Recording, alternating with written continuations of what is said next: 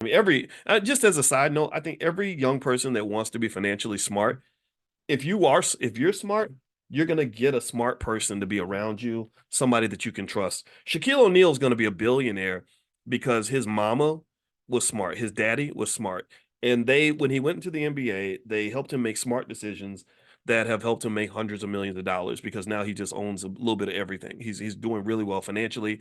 Um, I met when I was at the Get Money Fest in Florida. I met a young artist who was 22 years old who he was trying to be hard, but when you get my age, like you look kind of, it's almost like cute, like, oh, you trying to be a thug, that's cute, right? But anyway, he had just signed with Lil Wayne's record label, and I remember I said to him, and he was listening to me. I always pay attention to see if people aren't listening, I don't talk. I don't waste my time talking to people who don't want to hear what I have to say. But he was really listening, and I said, my advice to you is, as you go into this crazy world where you're gonna have a lot of unknown unknowns, get somebody that's older and wiser and smart that cares about you and keep them in your corner and listen to what they say. Like, get a smart group of people around you that can help you make good choices to navigate the space, because you have an opportunity of a lifetime, and you don't want to make the mistake a lot of young people make, where they get thrust into this situation where suddenly money is easy, women are easy, life is easy, everything you want, connections are easy, and then you mess it all up. And then what happens is that you end up in this almost like this spiritual graveyard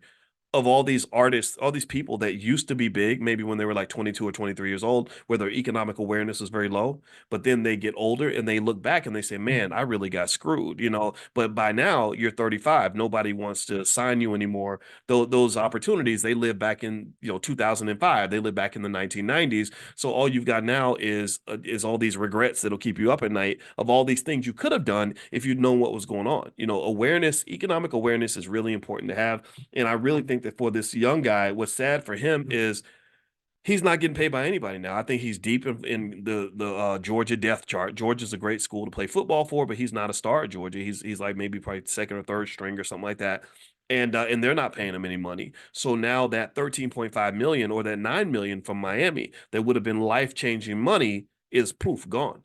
It's gone. And it doesn't sound like he's ever going to be in the NFL. He does not have a big brand. So his ability to make money at that level is zero to none, or low to none, unless somehow he lucks out in another way. So, long story short, that's what I kind of saw. And I would say to you that, let me just say this. One rule that I have in business is that I don't typically walk away from something that's working for something that may or may not work. I don't, so when someone comes along and says, "Oh, this is working and you're making X amount of dollars from doing it this way," well, do it this way. You can double your money.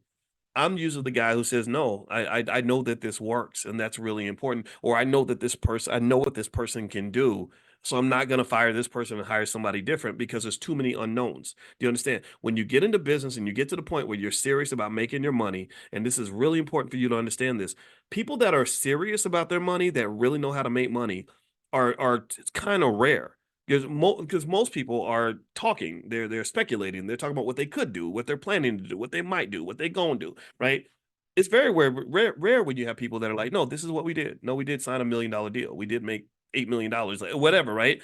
And people that are in that category, I believe, are or should be very skeptical of anything that's new that comes on the horizon, even things that look good, as a way to kind of elevate whatever you're doing. Because you don't want to mess up what you have going on. You don't want to mess up the good things you have. So with this kid, what I would have, I don't know what his situation was, but if I was advising him, I would have said, okay, so Miami's offered you over $9 million. You've made a commitment to Miami. That's one thing too, right? So when you break your commitment to this school, that's gonna make you look a certain way to other people. People that do business, I think, don't really like to work with people who screw other people. Because really, if you're smart, you're thinking, well, when you gonna try to screw me? Right? You don't sound like a person of your word, right? And even Michael Jordan, again, as much as we can definitely criticize Michael kept his commitment. When he was playing for the Bulls, I don't know if y'all know this, but he was significantly underpaid for a very long time. And when they were like, "Well, why are you playing for the Bulls when they're only paying you this much and they're lesser players making more money?" He said, "Because a contract is a contract. A commitment is a commitment. I made the promise and this is what I'm going to do." And there's nothing wrong with that. I think that that actually makes you a sturdy person. It may make some people think you're a sucker because you could easily just walk away from the table and renegotiate and demand the trade and all this.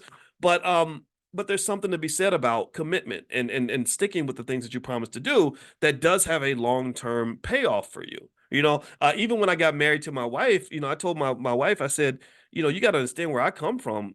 I come from, I come from the spiritual seed of a guy named Larry Watkins, who is a guy that says, if you say you're going to do it, you do it.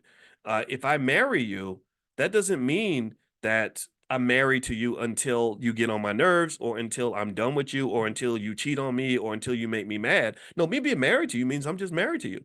So if you come and you tell me, hey, Boyce, I'm leaving, I'm gonna be like, well, where are we going? Where we going, babe? We taking a trip? Where are we going? Because I'm going with you. Like because we're married. That's what I think marriage is supposed to be. Now, for some people, that might make me look stupid. Like, oh, you're a sucker, you're stupid, you're gonna tolerate this, tolerate that. No, it's just how I kind of view commitment, right?